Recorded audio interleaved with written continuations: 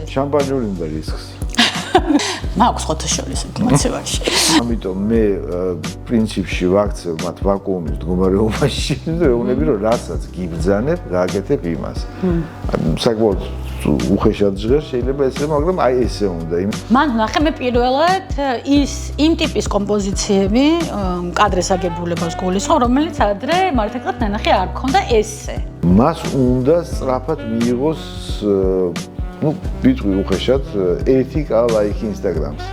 სწავლა გინდა აი არქივი, შედი არქივში და ათვალიერე. შევდიოდი არქივში და იქ ვათვალიერებდი. ერთადერთი რაც არ იცვლება სწავლების მეთოდიკაში არის რომ უნდა ათვალიერო ბევრი. მე მაინც გონია რომ დოკუმენტური ფოტოგრაფია ეს გახავთ აი წვერვალი აზროვნების და აი შენი თავის გამოხატვის. იმიტომ პაოლო თავის ერთ-ერთ ინტერვიუში ამბობს იმას რომ ჭრილი ეს არის პაუზა სინათლეებს შორის. არავნო ინტერვიუერს. და მოიქეცი ისე როგორც შენ გინდა და საწერია ეს ამბო ვისთან წერია. ლევანი ამბობს ხოლმე მეორე ბერძენში სანამ რაღაც კონკრეტულ წიგნს წაიკითხო, რაღაც წიგნები უნდა ქონდეს წაკითხული. ოქრო არის ინფორმაცია. ოქრო არის ინფორმაცია. ამიტომ ეს ოქრო სანამ დევს უფასოდ აიღე და შეაგროვე. დღე ჩემი სტუმარია დათო ცხადაძე. დიახ. ესეა. და შეგშურდეთ ჩემი, იმიტომ რომ დათოს დაპატიჟება ეს ძალიან ცოტა ნერვიულობდი, იმიტომ რომ ყველა მითხარ რომ არაო ეგო დაზიანი კაცია. ესე მარტივადო ვერ დაპატიჟებ და მეთქი შანსი არ არის, მე გავიგე რომ თურმე ძალიან კარგი შთაბეჭდილები ყოფილ ხართ ჩემზე და გავუბედე და მეთქი მოდი ვრისკა, გავრისკავ და აი გავრისკა კიდეც და ბატონი დავითი ჩემთან არის სტუმრად და უღრმესი მადლობა რომ მოხვედით. შამპანიური უნდა რისკს. კი ბატონო. მაქვს ხოთაშორის ინფორმაციაში. ძალიან დიდი მადლობა რომ მოხვედით და ძალიან ბევრი საკითხი და მინდა რომ ძალიან ბევრი ბიჭო და საინტერესო რაღაცებზე ვილაპარაკოთ. რა თქმა უნდა ფოტოგრაფიის ირგვლივ, რა თქმა უნდა ქართულ ფოტოგრაფიაზე მინდა და ეხლა მე გეტყვით პატარა შესავალს, რატომ გიჟდები ამ ადამიანზე და ჩემთვის ძალიან მნიშვნელოვანი მისი აქ ყოფნა. იმიტომ რომ ბატონი და გაგიკვირდება და ბატონი დავითი იყო პირველი მასწავლებელი ფოტოგრაფი. ნახე კი მენტორს და მე ვსვეცახე. ფოტოგრაფს ნაძვხავთ ვერ გამოვიდა. მაგაზეც ვილაპარაკოთ ის. და სკოლა შეიძლება საინტერესო თემა მასწავლებელსა და ფოტოგრაფიას შორის, რომელი უფრო ძიმე თემაა, რომელიც ვერ მოვერიე. აი ეს ფოტოგრაფს რასაც როგორც მე წარმომიდგენია ფოტოგრაფი როგორი უნდა იყოს და ვინ უნდა იყოს და რაღაცა მე არა ვერ გამოვედი. მაგრამ სწავლებამ შვენივრად შეგიძლიათ ფაქტი. სწავლება სხვა იცით ძალიან რთულია რომ ძალიან უნდა მოვიდომო რომ ვერ ვასწავლო, იმიტომ რომ მე ძალიან მე თვითონ მყავდა ბედნიერი ვარ. ბევრი რამის გამო და ერთ-ერთი მთავარი ჩემი ბედნიერების მიზეზი გახლავთ ის რომ აი საბჭოთა პერიოდში რამდენადაც შესაძლებელი იყო მყავდა საუკეთესო პედაგოგები. ჯერ დავამთავრე სამხატვრო აკადემია, ხელოვნებაცოდნევა, არქიტექტურის განხრით და მე ჩუმად, იმიტომ რომ რაღაცა თეატრიგი მიზეზების გამო ჩავაბარე საოპერატოროზე კინო თეატრალურ ინსტიტუტში, იმიტომ რომ იქ ბოლო უკანასკნელი ჯგუფი აიყვანა ლევან პაატაშვილმა. ხო და ნუ აი ჯერ აკადემიამდე სახლი, ნუ იქ ოჯახში თქვა იქ სიტუაცია ბიძაჩემი იყო კინორეჟისორი სოსო ჩხაიძე. ხო და ნუ აი მაგალითად ხო გავთ აი ბავშვობიდან შემორჩენილი სუნები, საყვარელი, ბენზინის სუნი ხო გიყვართ? ხო, მასტიკის? მასტიკაც. ხო, კანიფოლი? აი ფირს რო გავხსნი. აი მანდვარი. ხო და აი ამ ფირს შესაძლოა ჩვენ ყვარებია ძმარმჟავის სუნი. აი ეგ სუნია, ტექნიკური სუნი არის. რა სუნა მოხარ გამოვიშვათ. ფოტოგრაფია აღარ აქვს ეგ სუნი ფირებს. იმდრო შეიცვალა ტექნოლოგია. კი. ძალიან ბაცი ეს სუნი იყო, აი რაღაცა ჩემ ბავშვობაში იყო, აი რაღაც აი ვერაფრით ვერ ახსენე, ბენზინის სუნსა ჯობდა, მასტიკასა ჯობდა, სკიპიდას ჯობდა. სკიპიდა. აი ნუ ჯობდა ეს სუნი რაღაცა საოცარი სუნი იყო, აი ეს სუნი რომ ცემდა, იყო აი რაღაცა მოჯადოებული ვიყავი და ერთხელ იყო ძალიან მძიმე შემთხვევა. როდესაც მე რა ვიცოდი, მაგრამ აი ძველი ჩეხური თაბლები რო ქონდა სულ ყველა სახში, დასახული და მინისტრი. დასახულ თაროებში სამწუხაროდ ჩაკეტილი არ იყო და იქ იყო ბიძაჩემის ფილმის გადაღებული მასალა ინახებოდა და სუნი გამოდიოდა არანორმალური იმკარადიდან და ერთხელაც გავხსენე ეს კარა და გამოვიღე ეს იაუფის ყუთი გავხდა თურმე ეს გადაღებული მასალა აი ესე სუნავდი და ნუ შემომისრო და რა უთქვამს ახლა რა უნდა ეთქვა მე თქვა რომ ვიყავი ძალიან კმაყოფილი იმიტომ რომ უკეთესი გამოვიდა რომ შემდეგ ისაც მე გავუფუჭე და უნათო და ფირს მაინც ეს ექსპერიმენტები ძალიან მოხდება ხან გასჩუქება ცოტა არა ეს ჩვეულებრივად გავაფუჭე 300 მეტრი ფირი გავაფუჭე ისე რომ აი ერთი წამიცა ხო და აი რომ მითხრა საყვედურივით აი რაღაცა მანდ არ შევწუხებულა იმიტომ ისეთი სიამოვნება მქონდა იქიდან მაგრამ მივხვდი რომ რაღაცა ცუდად მოვიქեց ხო ამას დაემატა ის ამბავი რომ ნუ აი ძალიან დიდი როლი აქვს ბიძაშემს ამ იგივე ჩემ ნაღზაში რაღაც ესე მოხდა რომ აი ერთად ცხოვრობდით მაშინ და დიდხანს ცხოვრობდით ერთად მე გვიან შევერთო ცოლი და მე მანოცოლი შევერთო ერთ წელიწადში მე შევერთე ცოლი მქონდა ნუ რაღაც უცნაური ამბავი იყო მაგრამ მანდ ის სულ რაღაცებს მიყვებოდა რაღაცებს მაკითხებდა ნუ ეს საოჯახო განათლება რასაც ქვია და საოჯახო თქვა აი რაღაცა ინფორმაციის უცოდნის მიღება დაკავშირებულია ბიძაშემთან და ძალიან უყვარდა ხოლმე რომ აი ალბომებს რაღაც აი სახვითი ხელოვნებით ეწერა რაღაცა ერთად ვათვალიერებთ სულ მიხსნიდა რაღაცებს აი ქონდა რაღაცა ძვირფასი წიგნები ართმევდა თავის მეგობარს რომლის მამა გახდათ ვახტანგ ბელიძე რომელიც ჩემი პედაგოგი იყო მე და ხელოვნების ისტორიის ინსტიტუტის დირექტორი და იქ სახში ჰქონდათ იმათ ვერფლინის წიგნები ძველი გერმანული წიგნები ფანტასტიკური ფერადი ილუსტრაციები და ზემოდან აი კალკის ფურცელი ჰქონდა დაფარებული ნუ ცოდვა გამხრელი ჯობია ძალიან მომწონდა ჯორჯონეს ვენერა ძალიან ფრთხილად ვშლიდი იმას და უყურებდი რა იყო ესე ხო და კიდე გარდა ამისა კიდე მქონდა სახში რაღაცა თანამედროვე ფერწერა პატარა ალბომები საბჭოთა კავშირის ყველაფერი პრობლემა იყო და აი საინახასიდან მქონდა ჩამოქონდათ მისთვის ბიძაშემის მეგობრებს რაღაცები და ერთხელ შეამჩნია რომ მაინდა-მაინც არ მომწონდა ერთი პატარა წიგნი რომელზედაც ლურჯ ტონებში დახატული ცალთვალა ქალი იყო ეს იყო პიკასოს ლურჯი პერიოდი და მაგრამ აი ამ სიამოვნებდა ამ ქალის შეხედა და რაღაც ეს ეშმაკური ხერხი იხმარა და აი იმ კარადაში ქვემოთ სადაც ფირები ინახებოდა იმის ზემოთ იყო მინის აი მაშინ შეაცურა და აი ამ ფირების თავზე დადო ეს ქალის არ მომდა მახსოვს ვიზიორ და უყურებ რომ ეხა ეს ხალი არ მომწონს და მაგას მის წიგნთან არ მინდა მაგრამ იქიდან სუნი გამოდის საინტერესო აი ეს რაღაცა უცნაური ინტერესი თქვათ იქნებოდა ეს ხელოვნების თანამედროვე ხელოვნების მაგრამ დათო მაგნუმთან როგორ მიხვდი აი ეცი რას ამბობ ხო თავიდანვე მინდოდა იმიტომ რომ ჩვენ ისეთ პერიოდის ისე დროს დავიწყე მეც ფოტოგრაფიის გაზიარება და მე ცოტა სხვა მხარეს მოვხვდი თქვენ ცოტა სხვა მხარეს იყავით უკვე მე უფრო მაინც მე მუშაობდი საქინფორმში ფოტოქრონიკაში მუშაობდი ჩვენ ცოტა სხვა თემები გქონდა მაგნუმზე არ ვიცოდი, მაგრამ ვიცოდი რომ თქვენ იცოდით. იმიტომ რომ მაგ დროს რუსთაველზე იყო ეს გალერეა, მახსოვს ჩემი ბევრი მეგობარი სწავლობდა თქვენთან ფოტოგრაფიას, მე უკვე მუშაობდი ფოტოგრაფად. ანცა არ მქონდა რაღაც ესეთი კულტურაც, რომ კიდევ რაღაცეები სადღაც უნდა მესწავლა. და მახსოვს ეს TMS თუ ერქვა იმ გალერეა? TMS, კეთი კოძახიას იყო. და მახსოვს რომ მანდი იყო თქვენი კურსის გამოშვება.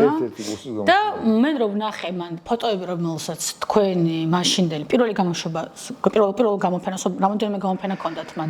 ეგ იყოს თუ არ მეშლება მესამე, რომელზედაც უკვე აღარ ვიცოდი სად გამოგვეფინა და კეთი. და მან ხო, იმიტომ რომ მე პირველად მან ვნახე თქვენი სტუდენტების გამოფენა და მან ნახე მე პირველად იმ ტიპის კომპოზიციები კადრეს აგებულებას გულისხმობ, რომელიც ადრე მართლაც ნანახი არ მქონდა ესე. ნანახი შეიძლება მქონდა, მაგრამ გააზრებულად არ მქონდა. ნანახი, იმიტომ რომ არის რაღაცები, რასაც დღეს დავფიქრდები ხოლმე და რომ გადავალ იმ დროის მონაკვეთში თუ როგორც არის, რაღაცებს დავაკვირდები ხოლმე აქედან გადმოსახედიდან და გამახსენდა როგორ ქონდათ ბავშვებს აწყობილი კადრი, რა შემოდიოდა რა ინფორმაცია, მაგრამ მე როცა მუშაობდი, სადაც მე ვიღე, ცოტა სხვა კომპოზიცია იყო, ცოტა სხვანაირად გასუფთავებული კადრები იყო და უცბად დავინახე სხვა რაღაცები, ნეტა აქ რა ხდება. და სხვათა შორის ეგ იყო ძალიან ბევრი რაღაც მაგდა ნახე თავის დროზე, მაგრამ აი ხო რაღაცები რომ გამახსოვდება. ეგ მახსოვდა, იმიტომ რომ ძალიან დიდი ბევრი კითხვის ნიშანი გაჩნდა. და მე მჯერა რომ საკითხვის ნიშნები ჩნდება, ესე იგი რაღაცა სწორად მიდის ამბავი. და თუ არ გაგიჩნდა კითხვა და თუ ყველაფერი ზამიიღე, მაშინ უკვე საინტერესო ისე არის. და როგორ მიხვდით? აი ხა თქვენ აი ვამბობდით და ყვებოდით რომ აიო, ეს ქონდა ალბომები, სახვითი ხელოვნები, სხვადასხვა მუზეუმიდან გარი. აი მაგნუმი როგორ მოხდა თქვენს? მაგნუმი რაღაცა გარკვეული კურიოზული ამბავიც არის.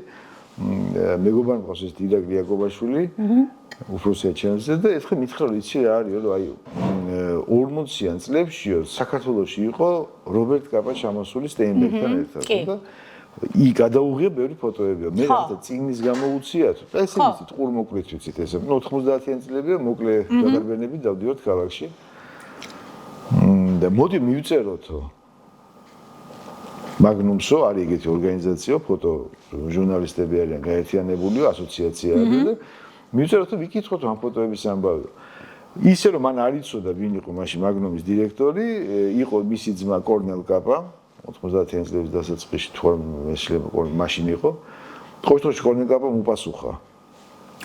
უთხრა რომ ხოლმე იყო ძალიან გახსნელები არიან, ძალიან დემოკრატიულები არიან და არიციან რაღაცა ეს ცხოველაბზოებულები არ არიან, ხო და მოიწერა იმ რომ კიო იყო არის უამრავი ფირიო, ძალიან ბევრი ფირი არისო, რომელიც არ არის იდენტიფიცირებული და აზრი არ ვართ რა არისო და იქნებ ჩამოხვიდეთო და ამის იდენტიფიცირება. ჩამოსვლა კი არა, ვერიდან საბურთალოზე ვერ გავდივართ. ხო, მაგრამ ნუ ეს ყოველთვის ეს რომ გავიგეთ ეს ამბავი რომ ეს არის და რაღაცა და იყო აი რაღაცა ნაცნაირი მაყოფილების ზნობა, მე ნუ ყოველთვის მაგნუმის არსებობა რა თქმა უნდა ვიცოდით და ნუ ვიცოდი რომ ეს აი რაღაცა ვიცოდი საიდან, ვიცოდი იქიდან რომ მანამდე ორჯერ იყო კაცებრესვენ თბილისში, ორჯერ. კი. გააკეთა არანორმალური სერია, ფანტასტიკური რაღაცები გააკეთა. ჩემი მეგობრის მამასთან იყო სტუმრად, ვახტანგ რურუასთან, ნიკას მამასთან და აჩუქა ფოტო, ეს ძალიან ცნობილი ფოტო, ალავერდობა. აი ეს ალავერდობის ფოტო ორიგინალი რურუებს აქვს სახში, ოღონდ ეს ალავერდობა, ეს სლად კიდე უფრო დავამძიმო ეს ამბავი, უთხრა რომ ჩემი ხელით არის დაბეჭდილიო ეს. არ არსებობს. ანუ რუებს სახში აქვს ძალიან ძვირფასი რამ, რომელზეც ეხლა აი ვახოსაც რო აჩუქა, ვახომაც ჩემმა უფროსმა მეგობარმა და პედაგოგი, კიდე ერთ-ერთი პედაგოგი ჩემს ცხოვრებაში ვინც იყო, ვახო იყო რა თქმა უნდა, ნუ კი ძალიან მოეწონა, ძალიან გაიხარდა. მაგრამ აი რაღაცა შეამჩნია მისმა მეგობარმა ოთარ იოსელიანმა, რომ ეს ფოტო კედელზე ეკიდა ერთი ჭიკარტით. ეს იგი ცოტა ეს დახრილად ეკიდა და ბატონ ოთარს ჰქონდა ძალიან სპეციფიკური დიქცია ჰქონდა ესეთი მამუკატის ნეშხტონ такой. Можно да, французский фото, ну, ვერ ვიცი, დასაწყებით ხო და რაღაცა როგორ იყო რანაირად იყო და ნუ იმის შემდეგ ეს ფოტო იყო პასპორტში ჩასმული. და კარგურსმანზე დამაგრებული. კარგურსმანზე, ნუ აი ეს ვიცოდით კიდე მე ამას მოყვა ის ამბავი რომ აი ამ ეს კონტაქტი გაგრძელდა მაგნუმელებთან, აი მოკუც მაგნუმელებთან და ერთ დღესაც თბილისში გამოეცხადა მარკრიბუ ცოლთან ერთად, რომელიც წამოყვა ცოლს, რომელიც იყო ცნობილი კოლუმნისტი და ჟურნალისტი, ბაზარში მუშაობდა. და აი ეს სამხას ჰქონდა დავალებული სტატია კი და შეუკვეთის თუ რაღაცა კავკასიელ ქალებზე და ის პირველი მოგზაურობა რაც იყო ჩამოვიდნენ თბილისში. ეს 90-იან წლების თბილისში, წარმოვიდნენ 9-ზე ალბათ. ნუ არაჩვეულებრივი სერია გააკეთა მარკრიბუმაც ეს სერია არ მაქვს ხო აი იშვიათად მე მაგ პრინტები ნანახი იმაზე პრინტერზე ამობეჭდილი არასერიოზული გამოსახული მაგრამ არაჩვეულებრივი კომპოზიციები იმოგზაურა იარა მაშინდელი პლეხანების დღევანდელი აღმაშენებლის ქუჩაზე იმიტომ რომ ეს უბანი გახლავთ ყველაზე კინემატოგრაფიული უბანი ყველაზე კინო აი ოთარ იოსელიანის ეს ცნობილი გიორგოვის ოთარ იოსელიანის კარცებრესონის ფილმის ფანტასტიკური ფილმი აქვს გადაღებული არაჩვეულებრივი სასწაული დღემდე წიგნივით არის საუკეთესო ყველაზე კარგი ფილმი კარცებრესონზე ბატონ ოთარ შეკუთის ნამდვილად ულაბა ეს აღიარებული ფაქტია თავისთავად ინტერვიუ ძალიან კარგი, ყველაფერი ძალიან კარგი. არა, იდეალურად იყო თან ესეც, თან ის ხონის ციხეში. კი ბატონო, ხო და მოგეთ, ესე გაკეთდა ეს ამბავი. მე ნელ-ნელა მოგროვდა ეს ამბავი, რომ ჯერ პატარა ალბომი, მე დიდი ალბომი, მე რაღაც ინფორმაცია შემოდიოდა ძალიან მძიმედ, მის უმეტეს 90. ეგ ხო და მაგიტომაც გავუსვა მას ხაზი, იცით რატო? იმიტომ რომ მე თქვენსგან გავსხავთ, მე სხვანაირად მე ვსწავლობდი, რაც იყო იმიდან. შევიდოდი. სწავლა გინდა აი არქივი, შედი არქივში და ათვალიერე. შევდიოდი არქივში და იქ ვათვალიერებდი. ეს იყო ჩემი, იმიტომ რომ ერთადერთი რაც არ იცვლება სწავლების მეთოდიკაში, არის რომ უნდა ათვალიერო ბევრი. რა თქმა უნდა. მაგრამ მეორე არის ის, რომ ბევრი უნდა ათვალიერო და სხვადასხვა. გულისხმობ, რომ როგორც უნდა ვიზუალური ხელოვნების წიგნებიდან დაწყებული თუ ფოტოგრაფია, ეს წიგნებიც ხო უნდა წაიკითხო პერიოდულად, ხო და ეს ყველაფერი მე მოქმედებს იმაზე, თუ როგორი ფოტოგრაფია გექნება, მაგრამ მაინც სწავლებაზე და ფოტოგრაფიას შორის რაღაცა პატარა ამბავი არის. მე ცოტა მიჭირს ხოლმე, იმიტომ რომ ისა რა ქვია, გადაღება უფრო მიყვარს, ვიდრე სწავლება. სწავლება კი გამომდისო ამბობენ ჩემი მოსწავლე, მაგრამ აი გადაღება ძალიან ჯერჯერობით ძალიან მიყვარს. და თქვენ რა შევით გადაღების ამბავში როგორ ხართ? ანუ გააქვთ ეს სიყვარული? მე სიყვარული არ ქვია მაგას, ეს რა თქმა უნდა ეს არის შენი ცხოვრების ნაწილი და შენი თვითგამოხატვის ერთ-ერთი ფორმა. ისეთი ფორმა არის, რომ სხვებისთვის შეიძლება აგრესიულადაც კი ჩანდეს, თქვა იგივე, იმიტომ რომ ეს რა ვიცი, აგითხრათ, აი როგორი რაღაც არის, იცით რა, მაგალითად იგივე თუ თქვა ვეხებით იმ სწავლების იმ ფორმას და იმ სტრუქტურას, რაც მგონია მე რომ სწორი არის და რასაც ვაძალებ მოწაფეებთან, თქვათ რო არის გავრცელებული რაღაცა ბრაზილიანი, ბრაზილიანი კი არა ვარ, ძალიან მომთხოვნა, ვიცი პირველად არ მესმის ეგ ამბავი და მირჩევნია ვიყო ბრაზილიანი მით უმეტეს ქართველ მოწაფეებთან, იმიტომ რომ ეს არის ის ერთ-ერთი საქმე, რაც მე მინახავს და რაც მე ვიცი, რომელიც მოითხოვს საკმაოდ მძიმე რუტინას, მოითხოვს ფანატიკურ დამოკიდებულებას საქმესთან. წინამდე შემთხვევაში არ გამოვა, გამოვა რა თქმა უნდა, ნუ კვარიაჩი кай ფოტოს გადაიღე. ეგეც დიდი ამბავია, მინდა გითხრათ. და ნუ აი ამას და დისციპლინა ყოველდღე აი ამის უთეს უნდა იყოს შენი ხელის, თვალის და რაც თავია ტვინის საბოლოო ობიექტი არის კამერა. და შენ აი იწყებ აი ამ შენი ამბის თხრობა, აი ეს არის თავარი ამბავი. ხო და როცა ამბავი ხო არა ხშირად დამწყები ფოტოგრაფები და დამწყები ნებისმიერ პროფესიას ადამიანები ვერ ხვდება რა არის თავისი ამბავი. ამ ამბავით ამიტომ მე პრინციპში ვაქცევ მათ ვაკუუმის მდგომარეობაში და ეუბნები რომ რასაც გიბრძანებ, გააკეთებ იმას. საკმაოდ უხეშად ჟღერს შეიძლება ესე, მაგრამ აი ესე უნდა, იმიტომ რომ როეუბნები რომ აი აქიდან აქამდე გააკეთებ ამას 10 ჯერ, გააკეთებ ამას 20. აი ნუ თუ ვიღაცას ვინმეს თულია სპორტზე მაგალითად, აი რაღაცა სპორტით ყოფილა და მე ფორტეპიანოს ამბობ ხოლმე გამების და მაგას არც ვეხები, იმიტომ ძალიან ბევრი საერთო არის, იგივე იქნება ეს როგორც არ უნდა, ეხლა რაშია საქმე, ნოტები ყველასთვის ერთნაირად წერია. ამ ნოტის საკითხო არის მთელი ამბავი, საშემსრულებლო ხელოვნებას მუსიკაში ხო რა არის, ჩემთვისაც დო არის და რე არის, მაგრამ ჩემი დო სხვანაირია და შენი დო სხვანაირია. ამიტომ აი ამაშია საქმე, შენი თავის პოვნა აი იმ საოცრებაში, იმ სინთეზში, რასაც ქვია სინათლის და დროის კავშირი. ნუ აი ეს მინდა რომ გავაგებინო საბოლოო ჯამში, მაგრამ მე ვუներ რომ სანამ, აი მაგალითად არ გააკეთებ 10 აზიდვას საათში ერთხელ მაგალითად არ გააკეთებ 20 ბუკს, არ გამოვა არანაირად, იმიტომ რომ აი ეს როგორი რაღაცა არის, იცით რომ აი შენთვის კამერის ამოღება ჩანთიდან, ან გულზე დაკიდებული კამერის ჩართვა, რაღაცა ეს არ უნდა იყოს რაღაცა მოვლენა შენთვის უპირველეს ყოვლისა. ეს არის შენი ბუნებრივი მოქმედების გაგრძელება, როგორც ეგ მობილური აიღე, ან წყალი დალი, ან რაღაცა. აი ეს უნდა ხდებოდეს, ანუ ფოტოგრაფირება მანამ სანამ თის დავაჭერთ ჩამკეთს, მანამდე ხდება ტვინში. და თუ და აი თქვენ თითქმის 30 წელი რაც ასწავლით ფოტოგრაფიას. 18 წელს გავხსენეთ პირველი სკოლა. და სეპია ხო? და ეხლაც ასწავლით თქვენ. რაღაც პერიოდი გაჩერებული არ ასწავლეთ. არ ვიყავი გაჩერებული, მუშაობდი მაშინ სამინისტროში, ვიყავი პირველი მოადგილე კულტურის მინისტრის, მაშინ დავქოქე Facebook-ი და მქონდა Facebook-ით კავშირი ჩემ მოწაფეებთან, რომელიც არ ჩერდებოდნენ, იღებდნენ მესენჯერში აგროვებდნენ ფოტოებს, იქ იყო რაღაცა. ანუ სხვა ფორმა ამ სოციალმედიის თქვათ, აი მათიან წლებში მე 21 საუკუნის ვერ ვნახე უკეთესი ფორმა რა იყო და ნუ აი ამიტომ აი ანუ ამათ რო ასწავლე, მე აგრძელებ ურთიერთობას. ნუ არ ჩერდება ეს ურთიერთობა. არ ჩერდება ეს ურთიერთობა, ისინი მე მიქცევიან მეგობრებად, ისინი იქცევიან ოჯახის წევრებად ლამის და მიდის მუშაობა მათთან ერთად, მათ პროექტებზე მოდიან შევისაკითხავად, მოდიან უამრავ რაღაცისთვის, მე ძალიან დიდი სიამოვნებით, თვითონ არის ეს თავარი ფორმულა თუ კი ვინმე პედაგოგობას გადაწყვიტავს, თავარი ფორმულა გახლავთ ის რაც იყო აი უკვე მე-9 საუკუნის წინ ნათქვამი, რომ რასაც გასცემ. შენად რასაც არ გასცემ.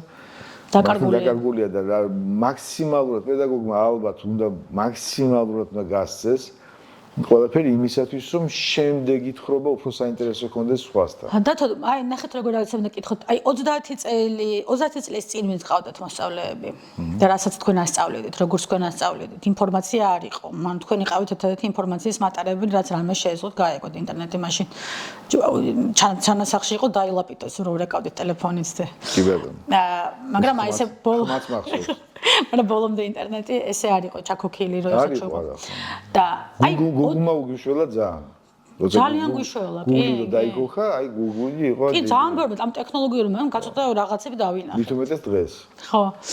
და აი 30 წლის წინ რო ყავდათ სტუდენტები და თქვენ ასწავლედით აი ამ წირ ინფორმაციაში რაც მოიპოვებოდა და რაც სახში ქონდათ წიგნებიდან დაწყებული ალბომები თუ ფილმები თუ ასე შემდეგ. დღევანდელ დღეს 21 საუკუნის აი ამაში ვარ ტექნოლოგიების ბუმ უფრო ბუმიც იქნება ალბათ, მაგრამ ნუ სადაც ვარ აი ამ მონაკვეთში რა შეიცვალა? თქვენ თვითონ ხო შეიცვალეთ და თქვენი დამოკიდებულება ფოტოგრაფიის სწავლების მიმართ თუ შეიცვალა და მიახლოებით თუ კარგი კითხვა, ამას სულ ფიქრობ ამაზე, რა შეიცვალა და რა შევცვალე, რა არ შევცვალე, გეტყვით ახლა იმას, აი რა ვერ შეიცვლება. ის როგორ არის ძალიან რთულია ეს სწავლების პროცესი, იმიტომ რომ შენ ჯერ მანამ რა უნდა ხარ, რომ მოდი შენთან თქვა ახალგაზრდა, ან შეიძლება არ არის ახალგაზრდა, ყოლია, ჩემთან და ჩემზე უფროსი ყოლია. მას უნდა სწრაფად მიიღოს, ну, ბიტყვი უხეშად, 1k ლაიქი Instagram-ზე. Okay. და გეკითხებიან რომ აი თქვა მაგალითად ხეზიასწოს უმასწავლი. ნუ უკითხავთ ეგეთ რაღაცა. მე ჩემი პასუხი იყო რომ რა თქმა უნდა გასწავლი, მაგრამ სანამ ხეზიასწოს გასწავლი, მანამდე გასწავლი დარგვას, ნარგავის მოვლას, გასხვა იქნება, შეწამლა იქნება, ამასობაში მეორე ხეს დაგარგვევინე ფიქვერზე. იქვე ახლოს. რატო? ვაი გეტყვი მე ვთხარ. მეორე ხესაც ესე უკვე შენი გამოსწრებდი მეორე ხეს ზრდი. ეს ხე რომ მოგონიერდება და გაძლიერდება და რაღაც მე ვსწავლობ ასვლას ამ ხეს. ასვლას რო გასწავლი, შენ რო ასვლას ისწავლი. უკვე იმდენად მეგეწოინება რომ იმ მეორე ხეზე გადახტები შენ თვითონ. აი ცისულებს ველაპარაკებ. ამას ეხლა რომ მოუყვები ესე წვრილად, ზუსტად ვიცი რატო უყვები. ეს თუ ამის მოსმენის მერე მოვა, შემდეგ აუქციის ისე რაღაცა გამოვა და ბევრი მიდის ეგეთ რაღაცას რომ მოუყვები. თავარია, წავიდეს, არ არის პრობლემა. ჩემთვის ძალიან ხშირად ფიქრობ რომ უმნიშვნელოვანესი არის, ბევრად მნიშვნელოვანი არის, მაგალითად კარგი ფოტოგრაფიის გაზრდაზე, საინტერესო ადამიანის აღზრდაზე უფრო მნიშვნელოვანი არის პროფესიონალი მაყურებლის შექმნა. პროფესიონალი მაყურებელი, რომელსაც აი ეს ჩემი რაღაცა საუბრები ემახსოვრება და ისე იოლად ვეღარ მოატყუებდა ის მას ეცოდინება რას უყურებს და როგორ უყურებს. კი, ანუ ფოტოს წაკითხოს, ანუ როგორც მუზეუმში რო წავა, გალერეაში მიხვდეს რას უყურებს და ელემენტურ კითხვებზე კითხვები გაუჩნდეს. გაუჩნდეს კითხვები. აი ეს ყველაზე სწორი რეაქცია, არის ყველაზე სწორი, რომ შენ გაგიჩნდეს კითხვები. თავარი კითხვა ჩვენ ცხოვრებაში გინდა ფოტოთი იყო და გინდა მედიცინა, თავარი კითხვა არის რატომ? რატომ? ხო და ნუ აი ამაშია საქმე და ეხა ეს როდესაც ეს არის ძიმე პროცესია, ეს არის ძალიან შრომატევადი პროცესი, ძალიან გაიოლდა თანამედროვე ტექნოლოგიების საშუალებით, მაგრამ არ იცვლება რა, აი იგივე მაგნუმი რო ახსენე რამდენჯერმე, რა იყო ეს მაგნუმი, ვისგან შეიქმნა, ეს ძალიან მნიშვნელოვანი ამბავი არის, ოღონდ ეს ძალიან მნიშვნელოვანი ამბავი ფოტოგრაფიისთვის კი არ არის მხოლოდ, ეს არის მე-20 საუკუნის სახვითი ხელოვნებისთვის და რომლის განუყოფელ ნაწილად გადაიქცა ფოტოგრაფია გვიან, მაგრამ მაინც გალერეაში ერთად ნახავთ ამ ფეწერას და ფოტოგრაფიას დღეს უკვე არავის აღარ უყურს ეს ამბავი. და რაც თავარია ძალიან საინტერესოა ფოტოგრაფიის ისტორიას თუ შეხედავ როგორ გაიარა უმოკლეს 200 წელი უმოკლესია ძალიან უმოკლეს დროში როგორ გაიარა ვერ ვიტყვი რომ ანალოგიური მაგრამ ძალიან მსგავსი საფეხურები რაც სახვითმა ხელოვნება აი რა როლი აქვს მაგნუმელებს და მაგნუმს რა მოხდა მე 60-იან წლებში 70-იან რა მოხდა მე 80 ეხა სადა ვარ და რას ვაკეთებ და უკან რომ მოიხედავ კი ბატონო შენ ვიღაცამ ერთმა არ მინდა ეხლა მაგრამ ნუ ყოველ შემთხვევაში ის გზა რაც გაიარა ამ ფოტოგრაფიამ შენც გაქვს გასავლელი აუცილებლად გაქვს გასავლელი შენ უნდა ფლობდე იმენას საიდანაც დაიწყო ეს ყველაფერი რა თქმა უნდა მე შორს ვარ იქიდან რომ ეს ყველაფერი თლიანად მაგნუმს ჩავაბარო ეს ყველაფერი ბევრად ადრე დაიწყო და ბევრად ძალიან საინტერესო ხალხი იყო მანამდე იგივე მე-20 საუკუნის დასაწყისში მაგრამ აი თუ გაიხსენებთ ხა რახან მაგნუმი ახსენე იმიტომ ამეწყობთ ყველაფერი მაგრამ თავარი ამბავი იყო რა თავარი ამბავი იყო ის ერთ-ერთ ნუ ჟღერს დღეს ანეკდოტურად ეს ყველაფერი მაგრამ ეს იყო გაბრაზებული ახალგაზრდების გაერთიანება რომელთაც ომი გამოიარეს კაცებრესორი საკონცენტრაციო ბანაკში და რობერტ კაპა ჩამოდის ისეთი დასკვნით რომ ომში მეგობარი არ გაეჩინა თორე ამას ვერას თვალწინ მოუკლეს ეს მეგობარი და ეს გადაღებული აქვს როგორ იზრდება სისხლის გუბე, აი თავის რომელიც სიკვდილა ფანჯარაში სნაიპერმა საიდანაც ესო და არც ვერც გაიგო როგორ გადაიღო თვითონ. და მექანიკურად აჭერდა თიცამას და ეს საოცარი სერია.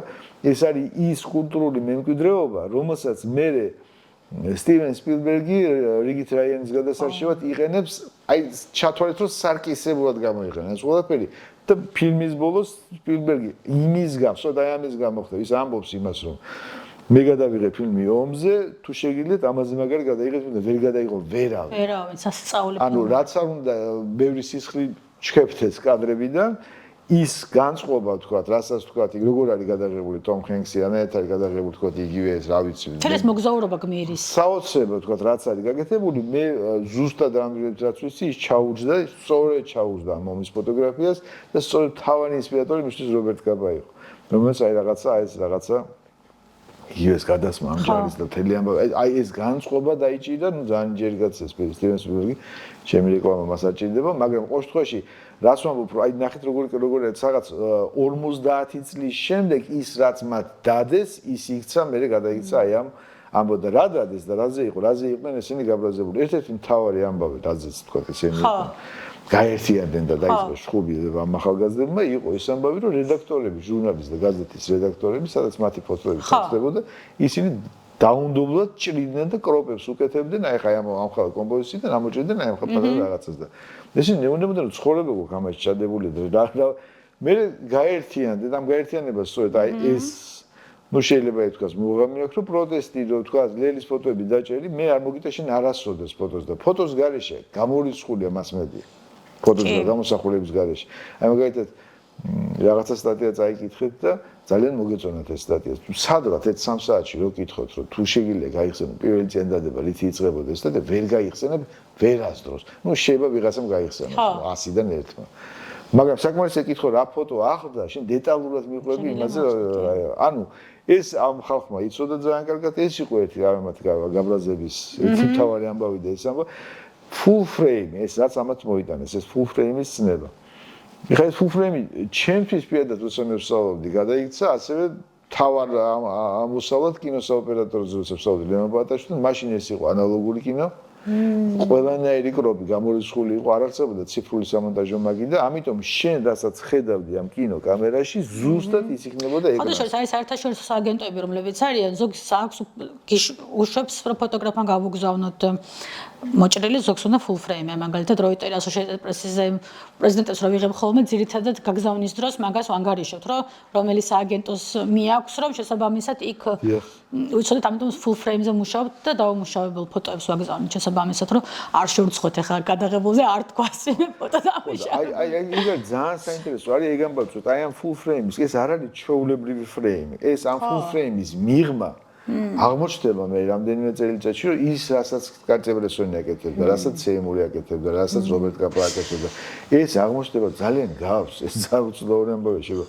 ხელმძღვანელები გამიბრაზდნენ, მაგრამ როგორც იტყვია ნატვეჩაი ვარ რაც ხდებოდა მაგალითად იტალიური რენესანსის დროს კვატროცენტოში რა იყო ახლა მთავარი ამბავი მაშინდელი მხატვრებში საოცარი ამბავი როგორ ისინი ცდილობდნენ აი ამ შუა საუკუნეების შემდეგ კომპოზიციაზე ფიქრი, აი ის ფიქრი, რაც რენესანსმა მოიტანა, ხო, ძალიან გავს აი ამ full frame-ის ამბავს.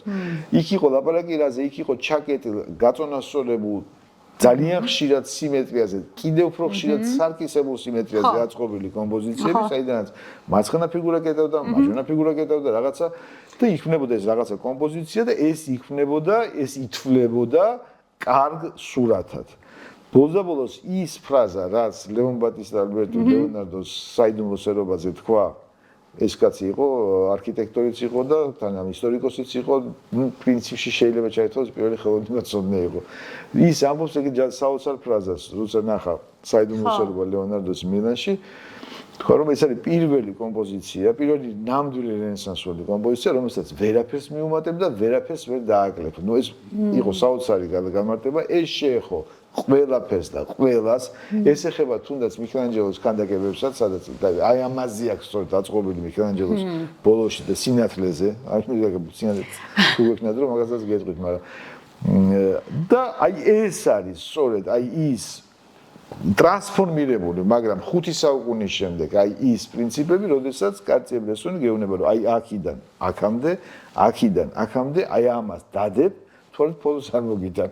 და იქ ჩდება მაშინ ეს შავი ჩარჩო, რომელიც კადრის გარშემო პერფორაციას იმას უტოვებდნენ, აი ეს ახლა დღეს სილამაზისთვის შეიძლება ვიღაცამ გაუკეთოს ეს შავი, მაშინ ეს იყო კოპირაიტის აუცილებელი იყო, აი ამ არ მოაგვდა. კი, იმიტომ რომ მან ხო კიდევ ცალკე თემა მოდის, რომ საგანზე ფოკუსირების გამო, ანუ რედაქტორები კიდე ცალკე ხედავდნენ და ძალიან პრობლემაც იყო და მათ შორის არა მხოლოდ მაგნუმელებს ქონათ, აი სულ მახსენდება ხოლმე მაგ ოჯენ სმითის ფოტოჯენ სმითს ქონდა სულ პრობლემა. უდიდესი მაგნუმელი. ხო, მანამ თამამ ხანი იყო მაგნუმში, ხან წამოვიდა ხან Life magazine-ში. Life magazine-ის ძირითად პრობლემა სულ მაგაზე ქონდა რედაქტორებთან ჩხუბი. მოკლედ, იდეაში მე მაინც გონია რომ ეს ყველაფერი ძალიან კარგი იყო, ყველაფერი იყო ჩხუბით, ისე რაღაცები ჩამოყალიბდა, რაღაცები დაალაგდა, რაღაცები გადაალაგდა. ლელი არ დაგავიწყდეთ კიდე ამის პარალელურად, ამის პარალელურად მიდის მუშაობა ჟურნალისტის ეთიკაზე.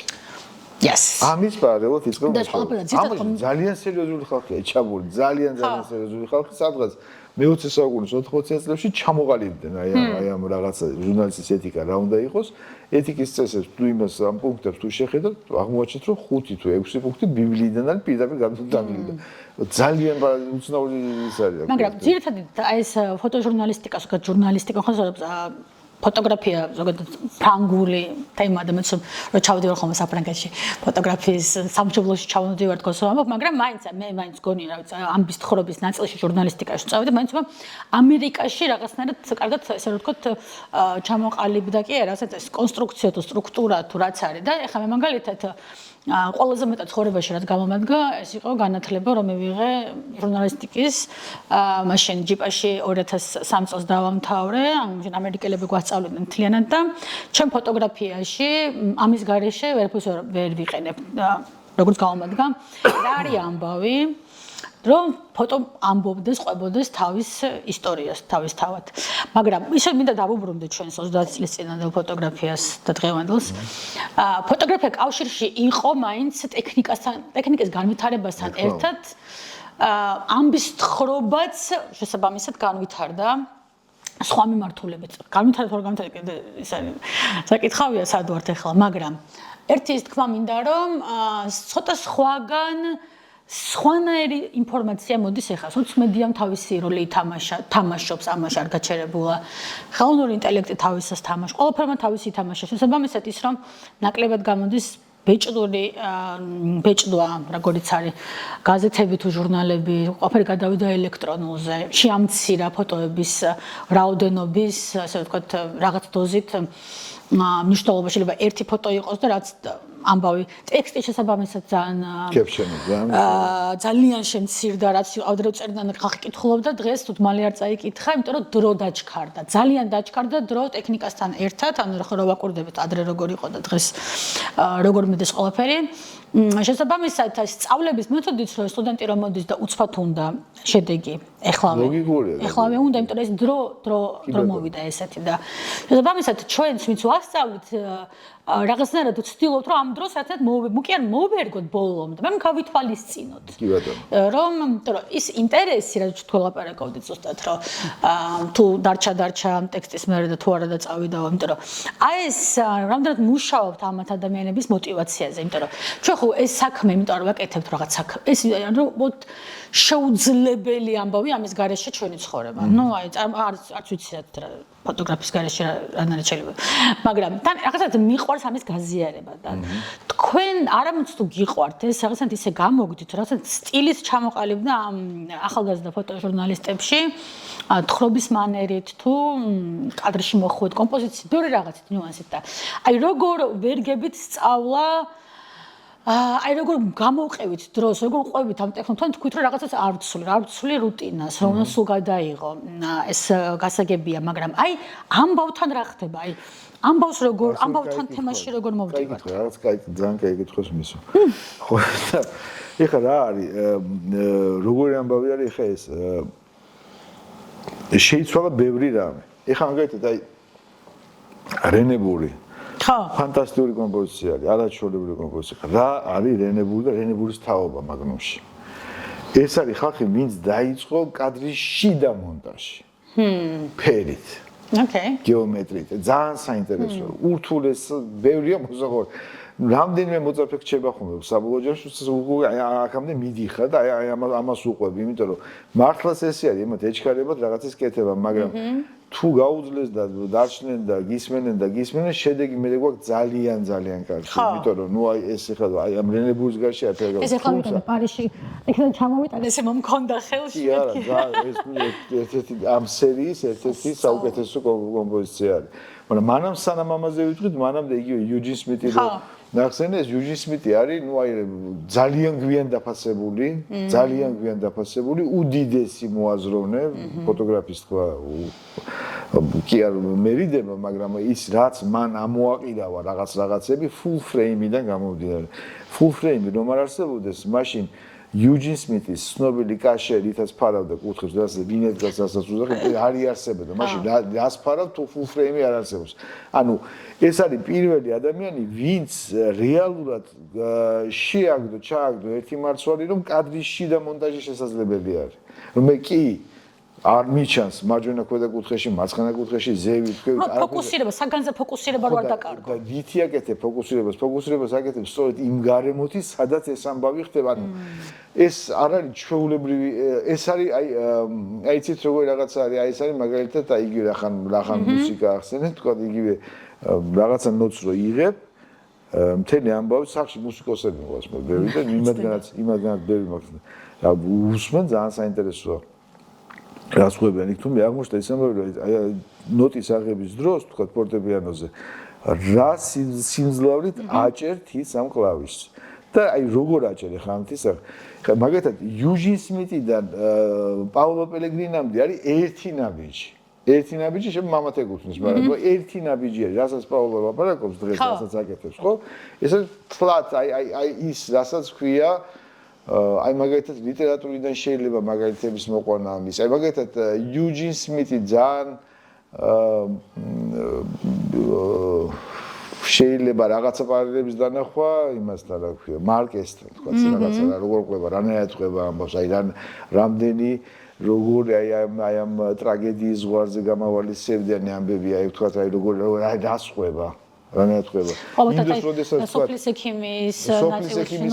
სოფლის ექიმი ეს არის უმნიშვნელოვანესი ჯერ პირველი ისტორია არის სოფლიოში დოკუმენტური ფოტოგრაფია რასაც ქვია. ანუ რა ვისი თქვა მინდა, ვისი გამოყოფა მინდა, აი ამ მაგნუმელებმა, აი ამ ფოტოჟურნალისტიკიდან გადააბიჯეს ისეთ სფეროში და ისეთ რაღაცაში, რაც მანამდე არც არსებობდა და დღესაც პრინციპში ითვლება ჩემი აზრით ელიტა ფოტოგრაფიის არის სწორედ აი ეგ ამბავი არის.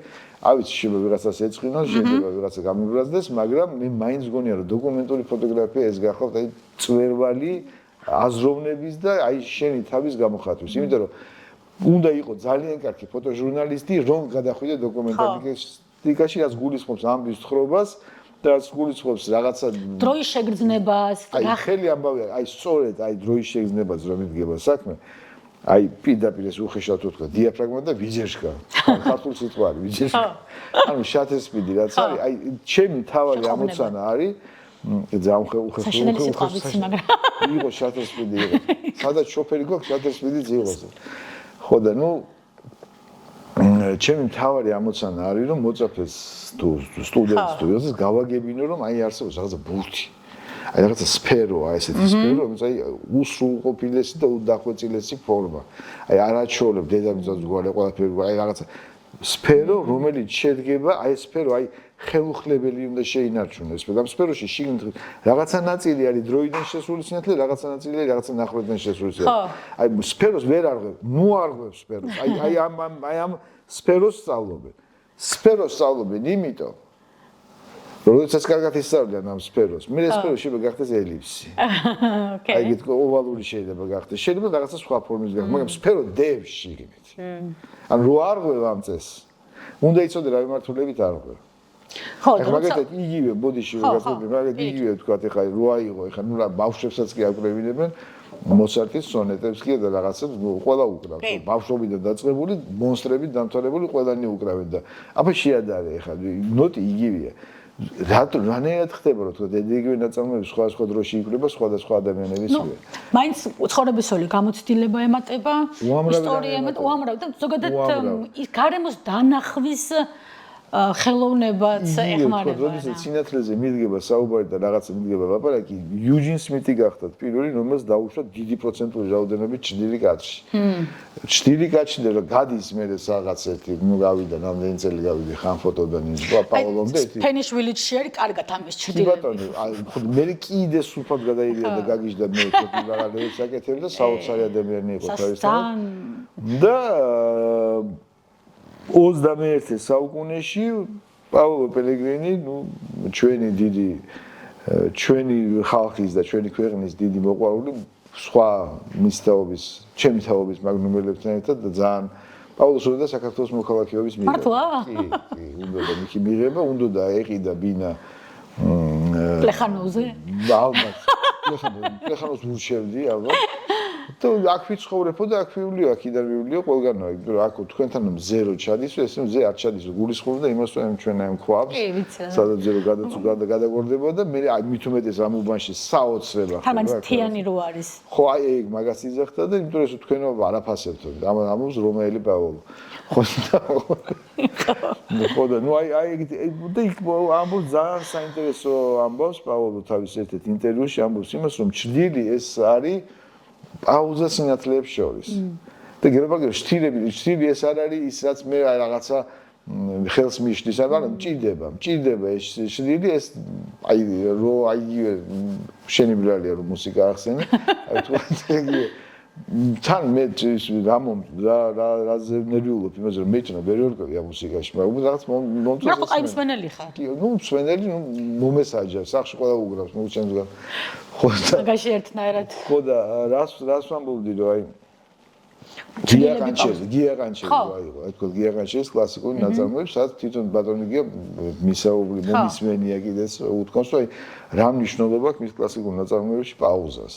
პაუზა ეს რა არის? პაუზა სიჩუმე არ არის, პაუზა ჩვეულებრივი სიჩუმე. პაუზა ეს არის რაღაცა ორ ნოტს შორის. აი თქვა იგივე რას ნიშნავს ეს? მაშინ მე ბოლო ნოტს პაუზამდე რაც იყო იმის ჟღერადობას უფრო კარგად ვზნობ, თუ ეს პაუზა კარგად დავიჭირე ზუსტად ისე, როგორც მას უწერია და როგორც მან ჩაიფიქრა იმისათვის, რომ შემდეგი ნოტი, რომელიც გაისმება აბაუზიდან, აი ეს ლინკი გაიბას ახლა ამათ შორის და აი ეს და ცოტა ამოისუნთქ. არა, ამოისუნთქ, ისე პირიქით, კიდე ამოისუნთქ, კიდე ჩავისუნთქ და კიდე თქვა დამჭყრიდოს და თქვა რაღაცა გამიკეთოს, მაგრამ რას ვამბობ, რომ აი ეს ის ჭრილი არის, რომელიც ჯუჯის მდიდან იწყება, პაულოსთვის ეს იქცევა, აი პაუზა რაღაცა, რომელიც აი თქვა, ანუ ეს ხელოვნება თანამედროვე არის, ნუ აი გადაბმული ერთმანეთზე, ამიტომ მაქვს მე ჩემი ლიტერატურის სია 46 წიგნიანი, რომელსაც ის ვინც გაუძლებს ამ შემოს, მე ვადლებ, აი ეს დავიწყოთ ახლა ამის კითხვა.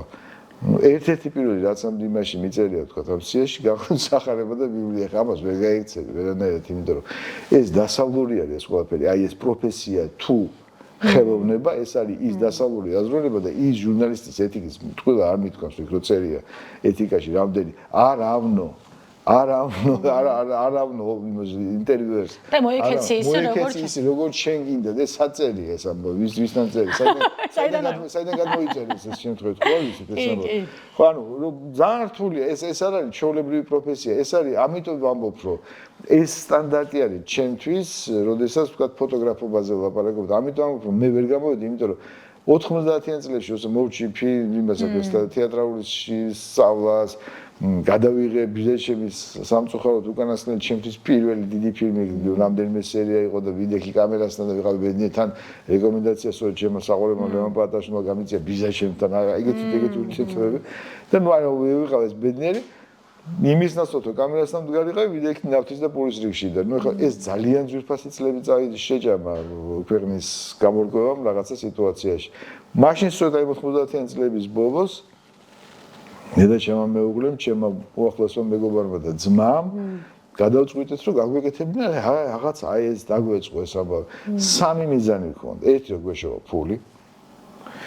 მეორე რომ შეგვეცვალა დამოკიდებულება ფოტოგრაფიის მიმართ თბილისში მაინც ქვეყანაში თუ არა და მესამეზე ვხუმრობდით, რომ ვინმე იქნებ გავზარდოთ მაგნუმისთვის.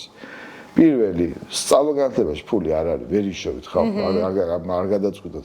განათლების ბიზნესი ძალიან ძიმე ბიზნესია, ფულს ვერ იშოვი. მეორე დავმარცხდით გემოვნების შეცვლაში. საქართველოში არ გამოვიდეს ესე, წლები ჭირდება ამას. და მესამე ის რაზეც ხუმრობდით, აი ეს გამოვიდა. გამოვიდა ის ამბავი, იმიტომ რომ ყავს 1-2, რომელიც უკვე ეხა ამ წუთასაც ერთი გოგო არ მინდა ჯესახების და გვარების თქმა რომელიც უკვე მაგათ რაღაცა ძალიან მიხარია მისი წარმატება. მისი წარმატება პირდაპირ ჩემი წარმატება არის, იმიტომ რომ აი ეს ძალიან სიამოვნებს ეს ამბავი, აი ისეთ რაღაცებზე გავიდა და ისეთ ხალხთან აქვს ურთიერთობა და ისეთი ხალხი ასწავლის, სულეუნები რომ მოусმინეთ სხვებსაც, ისწავლეთ სხვები და ნეინი ხო არა გაცხოვდა. რაღაც მე გითხრა მე გიმზადე ბაზას რომ გაიგო ის რას გეუნება. მოამზადო მოსასმენა. ლევანი მოსხალდა მეორე ბერძეში. სანამ რაღაც კონკრეტულ წიგნს წაიკითხო, რაღაც წიგნები უნდა კონდეს წაკითხული. რა იქამდე მე. ნუ ეხა იგივე თქვა ძალიან უყვართ. თბილისში ულისეს ხსენება, ულისესთვის ჭირდება მეცადინეობა და ასაკი ჭირდება კიდე. რაც უნდა გაიგო. ბატონო. ეგ ძალიან კარგია და ბატონო დავასრულებთ დღეს ჩვენს, მაგრამ მე მგონი ჩვენ არ დავასრულებთ კამერის იქით კომუნიკაციას, მაგრამ ძალიან დიდი მადლობა რომ მოხვედით. ძალიან მაგარ რაღაცებზე ვილაპარაკეთ. ძალიან ეხ გამიშტე იმდენი იდეა რომ უამრავი და მე გაგეზიაროთ და მადლობა საკეთოთ მაგისთვის. და მადლობა იმ გოგოებისთვის და ბიჭებისთვის, რომლებიც დღეს კამერად გახარებულებს აბსოლუტურად უმეტესობა არის გოგოების და ამიტომ აი რა ვიცი. ბიჭები ახლა ისე ვთქვით, რომ ეს გოგოები არის. ერთი-ორი იცით რა არის თავარი ამბავი არის ხა იგივე თქვა თუ იარა ჩემთან არ არის აუცილებელი რომ იყოს გამოვიდეს მაგას ფოტოგრაფი. კატო კოტეძიშვილი დადიოდა ჩემთან მამისთან ერთად. მამისის დადიოდა ყოველთვის ჩემი მეგობარია. მაგრამ ნუ ტატო დადიოდა. ნუ ეხა ერთი გამოვიდა ძალიან კარგი დოკუმენტალისტი, კინო დოკუმენტალისტი. მეორე ხატავს პერსონაჟს, ხატავს ისეთ რაღაცებს, რომ ძალიან კარგად და რაღაცა პატარა წვლილი ჩვენს გვაქვს აი ამ მათ თავის პოვნაში. რაც ერთ-ერთი ამოცანა ალბათ პედაგოგის უნდა იყოს ეს, მაგრამ ნუ ორ შემთხვევაში თან დავსწავლებ მომეთხოვება რომ ეს ვიყო ფორმაში, ამიტომ ჩემი ყოველი დღე დაკავშირებული არის რაღაცა რაოდენობის კადრების გადაღებასთან აუცილებლად, ისე რომ ვიყო ფორმაში. და ყურებასთან არა მხოლოდ ხო, ნუ ეხა ეს მაგაზე არ ვლაპარაკობ, ყველაფრის მოუწოდებ კიდე სულ ყველას, რომ გახდით ყველაფრის ფოლოვერები, გახდით რაღაცის წევრები, მიიღეთ მაქსიმალური ინფორმაცია. ოქრო არის ინფორმაცია. ოქრო არის ინფორმაცია. ამიტომ ეს ოქრო სანამ დევს უფასოდ აიღეთ და შეაგროვეთ. კითხვები უნდა გაგვიჩნდეს. არა, აუცილებლად კითხვის გარეშე სწავლა არ არსებობს. ძალიან დიდი მადლობა და დროებით გამოგყევით, გვიყურეთ და დაგველოდეთ.